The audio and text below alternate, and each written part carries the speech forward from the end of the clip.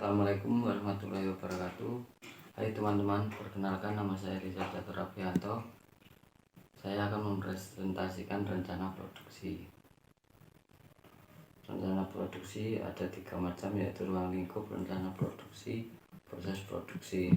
Produksi dapat diartikan sebagai suatu kegiatan menghasilkan suatu produk atau suatu kegiatan yang bertujuan menambahi nilai produk. Dalam kegiatan produksi terdapat produsen. Ciri-ciri produksi: kegiatan produksi oleh suatu perusahaan dilakukan untuk menghasilkan produk yang akan dijual. Jika jumlah produk yang akan dijual dalam jumlah besar, perusahaan akan melakukan produksi massal. Produksi massal memiliki beberapa ciri-ciri yang diuraikan sebagai A. Penggunaan mesin.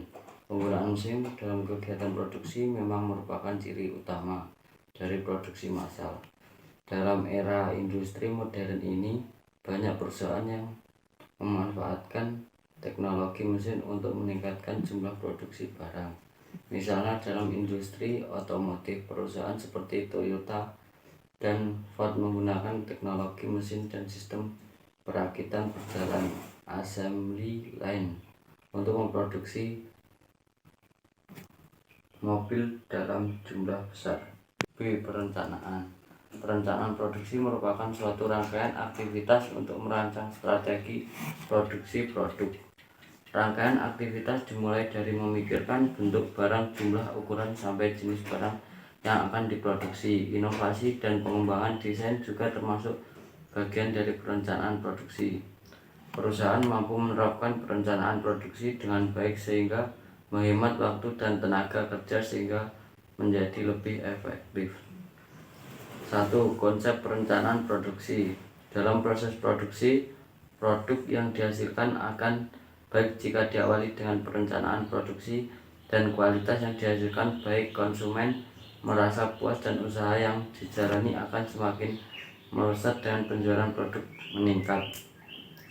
A. Tahap perencanaan produksi. Perencanaan produksi dilakukan melalui beberapa tahap berikut. Routing. Routing merupakan kegiatan menentukan jalur produk tersebut akan diproses menjadi bahan jadi. Routing berfungsi mengatur waktu untuk setiap tahapan, artinya routing berfungsi menunjukkan urutan yang sesuai aktivitas atau kegiatan. Scheduling berfokus pada waktu proses produksi akan selesai. Tujuan dari scheduling adalah memastikan segala proses produksi berjalan sesuai waktu yang telah direncanakan dan dapat digunakan di perusahaan, seperti scheduling dan operation schedule.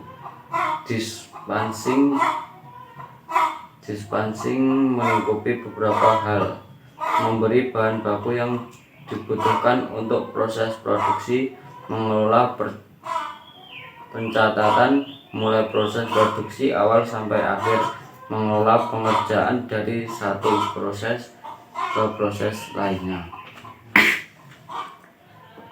4. Follow up. Perusahaan perlu mengetahui terjadinya tidaknya hambatan atau kekeliruan pembuatan produk selama proses produksi, perlu melihat hasil dan membandingkan dengan rencana awal. Artinya follow up dibutuhkan untuk mengantisipasi kekeliruan atau kesalahan serta mengelola hambatan produk yang dihasilkan melalui kegiatan. Produk massal memiliki perbedaan dengan produk yang dihasilkan melalui kerja manual. Berdasarkan hal tersebut, jelaskan sifat yang dimiliki oleh produk dihasilkan oleh kegiatan produk massal. 1. Kualitas produk yang tinggi. 2. Adanya rangkaian produksi. 3. Adanya efektivitas tenaga kerja. 4. Optimalisasi bahan baku. 5. Proses distribusi yang cepat. Keuntungan produksi massal: berhasil menciptakan produk yang dibutuhkan oleh masyarakat dalam jumlah yang banyak. Industri telah menciptakan keuntungan finansial dalam jumlah yang banyak. Lebih lanjut, kebutuhan pasar akan barang tersebut juga dapat terpenuhi Hal ini dapat membantu roda perputaran ekonomi yang berjalan dengan baik. Contoh produksi massal, sandang, pangan, teknologi, transportasi, semua beralih pada penciptaan produksi massal. Sekian dari saya. Terima kasih. Wassalamualaikum warahmatullahi wabarakatuh. Tata letak produksi. Tahap perakitan produk di pabrik memang melibatkan penataan produk secara berurutan berdasarkan tata letak. Misalnya, dalam industri otomotif, proses perakitan mobil biasanya dilakukan dengan cara menempatkan komponen-komponen mobil secara berurutan berdasarkan tahapan perakitan. C. Rendahnya fleksibilitas. Fleksibilitas yang rendah dalam jadwal produksi memang merupakan salah satu ciri khas dari produksi massal. Dalam produksi massal, perusahaan biasanya telah mengatur jadwal waktu produksi dengan sangat ketat untuk memaksimalkan efisiensi dan produktivitas. Misalnya, industri otomotif, Toyota Production System. Sifat produksi. Produk yang dihasilkan melalui kegiatan produksi massal memiliki perbedaan dengan produk yang dihasilkan melalui kerja manual. Adapun sifat dari kegiatan produksi massal diuraikan sebagai berikut. A. Kuantitas produk yang tinggi. Produksi massal berfokus untuk menciptakan barang atau jasa dalam industri dengan jumlah yang besar atau banyak. Terdapat rangkaian produksi. Pada produksi massal, perusahaan menghasilkan barang dalam jumlah yang besar atau banyak. Produksi massal harus memiliki sistem yang bagus agar dapat menghasilkan jumlah produk besar. C. Efektivitas tenaga kerja dalam kegiatan produksi massal. Perusahaan harus menciptakan barang dalam jumlah yang besar atau banyak sehingga harus menggunakan tenaga kerja mesin sebagai eksekutor. Dapat memberikan keuntungan. Efektivitas penggunaan tenaga kerja dan biaya produksi juga dapat dikurangi.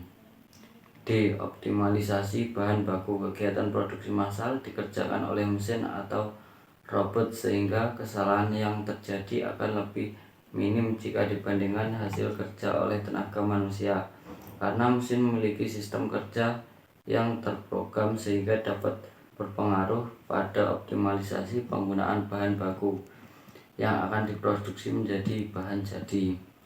Proses distribusi yang cepat. Proses produksi massal juga membutuhkan proses distribusi yang cepat sebagai salah satu syaratnya. Pada saat pemindahan bahan baku ke pabrik, butuh kesigapan dan kesiapan dari pihak distribusi untuk mengantarkan bahan baku tersebut ke pabrik. Produk yang akan disalurkan ke pasar atau konsumen juga melalui pihak distributor yang cepat, sejalan dengan permintaan pasar yang tinggi terhadap produk dan kesepian distribusi.